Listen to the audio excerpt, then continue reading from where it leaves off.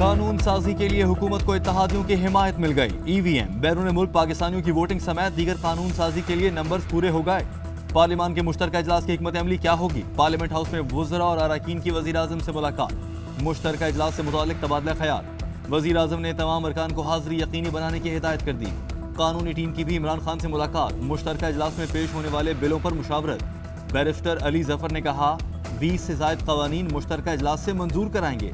कोशिश है कि बहस करा के इत्तफाक राय से बिल मंजूर करवाएं।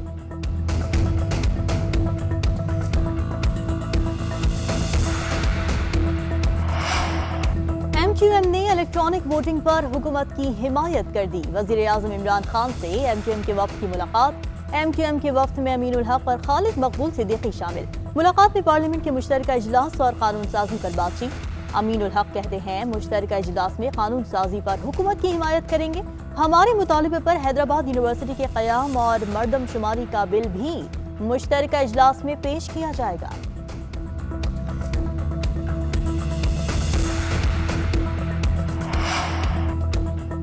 मुश्तरका इजलास के लिए अपोजिशन भी मुतहर्रिक। शहबाज शरीफ की ज़ेर सदारत अपोजिशन का इजलास। मुश्तरका इजलास से मुताल्लिक हिकमत अमली पर मुशावरत। अपोजिशन ने कानून साजी रोकने के लिए हिकमत अमली बना ली। पूरी कुव्वत से हुकूमत की स्याह कानून साजी का रास्ता रोकेंगे। मुत्तहिदा अपोजिशन के अज़्म का इजहार। तमाम अपोजिशन अरकान ने पार्लियामान को अपनी हाजिरी यकीनी बनाने की हिदायत। इजलास में इत्तफाक। अपोजिशन लीडर ने कहा कि आवाम को महंगाई में मुब्तला करने वाली हुकूमत स्याह कवानीन से जिंदगी नहीं पा सकती। अपोजिशन वफ्द की स्पीकर कौमी असम्बली असद कैसर से मुलाकात। अपोजिशन ने इजलास बुलाने के हुकूमती फैसले पर तहफ़्फ़ुज़ात का इजहार किया। इमरान खान को लाने वाले अब एतराफ़ कर रहे हैं कि उनसे गलती हो गई। अब वो ये गलती कैसे ठीक करें, ये अल्लाह को बेहतर मालूम है। इमरान खान की हुकूमत मुद्दत पूरी नहीं करेगी। साबिक सदर आसिफ अली जरदारी कहते हैं मरियम नवाज मेरी बेटियों की तरह हैं, उनकी दरख्वास्त पर कोई बात नहीं करूंगा। हम पहले भी ये रास्ता देख चुके हैं। माजी में जस्टिस क़य्यूम के साथ सैफुर रहमान और कुछ दोस्तों की एक टेप भी आई थी। एहतसाब अदालत में साबिक सदर आसिफ अली जरदारी के खिलाफ अमेरिका में प्रॉपर्टी से मुताल्लिक केस की समाअत। अदालत ने नैब को 23 नवंबर तक आसिफ अली जरदारी की गिरफ्तारी से रोक दिया। 5 लाख रुपए के जमानती मचल के जमा कराने का हुक्म।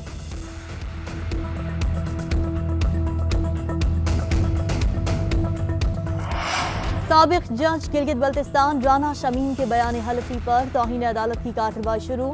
इस्लामाबाद हाई कोर्ट ने फरीकैन को शो कॉज नोटिस जारी कर दिए। तमाम अफराद को 26 नवंबर को जाती हैसियत में पेश होने का हुक्म। चीफ जस्टिस अतहर मिनुल्लाह ने रिमार्क्स दिए कि ये तासुर ये है कि बयान हल्फी जाली और झूठा है। अहम तरीन ओहदा रखने वाला शख्स 3 साल बाद ऐसा बयान हल्फी कैसे दे सकता है? आवाम का एतमाद खराब करने के लिए स्कैंडल बनाए जा रहे हैं। बयान हल्फी में इस्लामाबाद हाई कोर्ट पर इल्जामात लगाए गए हैं। आप और साबिक जज को सबूत पेश करने होंगे। राना शमीम अदालत में पेश न हुए। साबिक जज के बेटे की अदालत में एक वीडियो चलाने की सदा। सिक्योरिटी अमले ने लैपटॉप अंदर ले जाने की इजाजत न दी। वालिद जवाब के साथ जाती हैसियत में अदालत पेश होंगे। राना शमीम के बेटे अहमद हसन राना एडवोकेट ने कहा कि राना शमीम का बेटा भी हूं और अब खुशकिस्मती से उनका वकील भी। फैसल वाडा ने कहा कि राना शमीम के बेटे को नवाजा गया और एडवोकेट जनरल बना दिया गया। हालांकि मैं कभी एडवोकेट जनरल नहीं रहा, अलबत्ता असिस्टेंट एडवोकेट जनरल रहा हूं। सुप्रीम जुडिशल काउंसिल में शहादत रिकॉर्ड हूं। जो हक पर है वो सुरखरू हो जाएगा। मेरे वालिद का मौक़िफ़ ये है कि वो अपने बयान हल्फी पर स्टैंड करते हैं।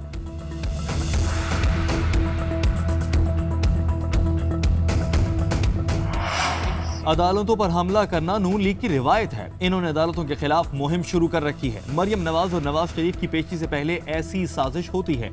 साबिक जज ने जो बयान दिया उसकी फीस भी नवाज शरीफ खानदान ने अदा की। हुसैन नवाज इस मामले को डील कर रहे हैं। एक मुकम्मल प्लान के तहत मामला आगे बढ़ रहा है।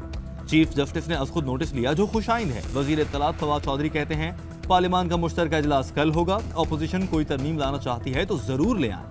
इलेक्शन कमीशन पर इल्जामात पर फवाद चौधरी ने माजरत कर ली।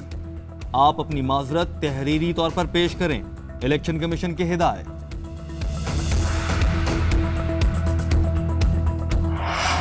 साबिक जज राना शमीम के इल्जामात की आला अदलिया तहकीकात करे। साबिक वजीर आजम शाहिद खाकन अब्बासी का मुतालिबा। कहा इल्जाम साबिक चीफ जस्टिस पर लगा है, वो सफाई दें। जस्टिस साकिब निसार भी बयान हल्फी जमा कराएं। अगर चीफ जस्टिस अपना नाम क्लियर नहीं करते तो कौन अदालतों पर एतमाद करेगा? जो अदालत साबिक वजीर आजम को अकामा पर निकाल सकती है तो वो अपने जज से क्यों नहीं पूछते? मुल्क की हालत ये है कि बेंच देखकर वकील बता देता है केस का क्या फैसला होगा। नवाज शरीफ के खिलाफ फैसला देने वाले जज ने कहा कि मुझ पर दबाव था। जज फौत हो गया मगर फैसला बरकरार है। राना शमीम का बयान हलफी झूठ पर मबनी है। बयान हलफी सच था तो 2-3 साल इंतजार करने की क्या जरूरत थी। बयान हलफी के हवाले से बहुत सी बातें मुतजाद हैं। नून लीग ने अदालत में जारी मुकदमे को मुतनाज़ बनाने की नाकाम कोशिश की। अदलिया आजाद है, जजेस बेहतरीन काम कर रहे हैं। हुकूमत हमेशा आइन और कानून के मुताबिक काम करेगी। वफाकी वजीर कानून फरोग नसीम की मीडिया से गुफ्तगू।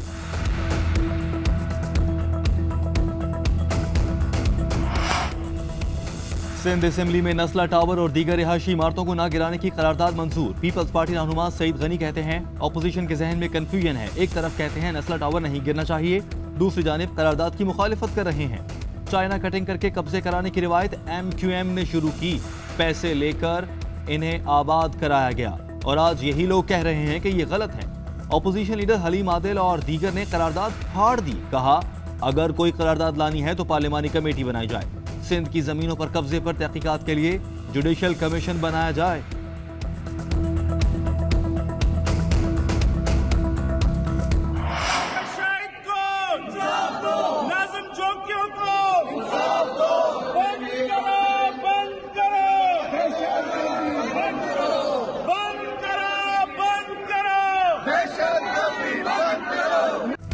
नाजिम जोखियों के कत्ल के खिलाफ सिंध असेंबली में ऑपोजिशन का एहतजाज। बात करने की इजाजत न मिलने पर ऑपोजिशन का शोर शराबा।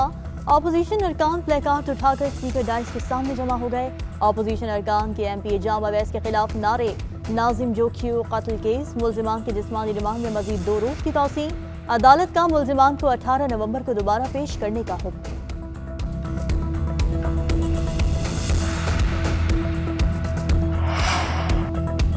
लाहौर NA 133 ज़िमनी इलेक्शन। तहरीक इंसाफ के उम्मीदवार जमशेद इकबाल चीमा को बड़ा धचका। लाहौर हाई कोर्ट ने जमशेद इकबाल चीमा की अपील मुस्तरद कर दी। जमशेद इकबाल चीमा ने कागजात नामजदगी मुस्तरद होने के फैसले के खिलाफ अपील दायर कर रखी थी।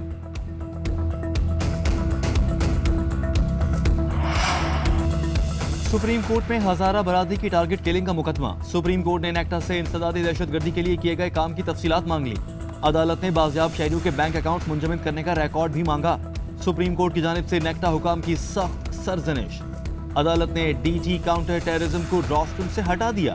चीफ जस्टिस ने रिमार्क्स दिए क्यों ना आपको तौहीन अदालत का नोटिस जारी करें। नेक्टा का कोई भी काम खुफिया नहीं हो सकता, जो कुछ आज तक किया है सब बताएं। जस्टिस मजहर आलम ने रिमार्क्स दिए कि बिला वजह लोगों को तंग किया जाता है, जिसका दिल करता है नाम 4th शेड्यूल में डाल दिया जाता है।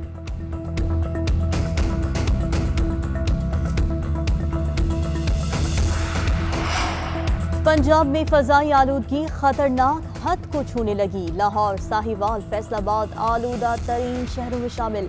लाहौर में मजमूई तौर पर एयर क्वालिटी इंडेक्स 300 के करीब। फजाई आलूदगी इंसानी सेहत और जानों के लिए खतरनाक करार। लाहौर हाई कोर्ट ने स्मॉग पर काबू पाने के लिए कमिश्नर लाहौर और DG PDMA पर मुश्तमिल कमेटी बना दी। कमेटी को आइंदा समात पर स्मॉग के खात्मे का प्लान पेश करने का हुक्म। अदालत ने रिमार्क्स दिए कि पूरा लाहौर स्मॉग में डूबा हुआ है। अफसरान दफातर से बाहर जाएं और माहौल देखें। मुल्क में डेंगू वायरस बेकाबू। पंजाब में मजीद 2 अफराद डेंगू से इंतकाल कर गए। सूबे में मजीद 314 अफराद में डेंगू की तस्दीक। 219 मरीजों का ताल्लुक लाहौर से। रावलपिंडी में 25 अफराद डेंगू से बीमार हो गए। खैबर पख्तूनख्वा में मजीद 150 अफराद में डेंगू की तस्दीक। 120 मरीजों का ताल्लुक पेशावर से। इस्लामाबाद में मजीद 40 अफराद डेंगू का शिकार हो गए। शेखुपुरा के करीब स्कूल वैन ट्रेन की जद में आ गई। हादसा सरियां वाला फाटक रोड पर पेश आया। हादसे में 3 तालिबात जाँ बहक और 8 जख्मी हो गईं। फाटक न होने की वजह से हादसा पेश आया। जख्मी अस्पताल मुंतकिल। जाए हादसा पर इमदादी कार्रवाइयां जारी। मकामी अफराद ने ट्रेन को काफी देर तक रोके रखा।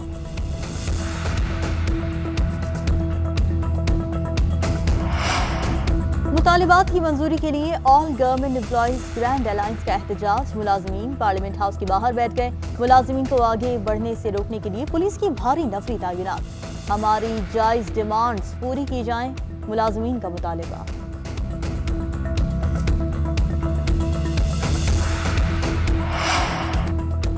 अमरीकी और चीनी सदर की वर्चुअल मीटिंग, दो तरफा ताल्लुकात, टेक्नोलॉजी और तिजारत पर तबादला ख्याल। जो बाइडन और चीनी सदर का तनाज़ात से बचने पर जोर। बाइडन ने चीनी सदर को पुराना दोस्त करार देते हुए कहा कि तनाज़ात के हल के लिए राब्ते और ताउन को बढ़ाना चाहिए। चीनी सदर ने कहा, चीन और अमेरिका बहरी जहाजों की तरह हैं जिनको आपस में नहीं टकराना चाहिए। तरक्की के लिए एक दूसरे को नीचा दिखाना जरूरी नहीं। चीनी सदर का मुस्तकबिल में ताउन बढ़ाने के अज़्म का इजहार।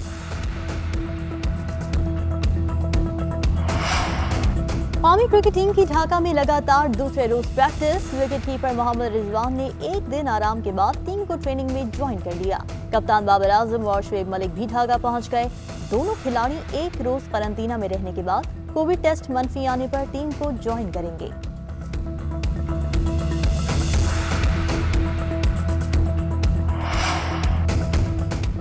आईसीसी ने 2022 वर्ल्ड कप के वेन्यू का ऐलान कर दिया। टूर्नामेंट 16 अक्टूबर को ऑस्ट्रेलिया में शुरू होगा।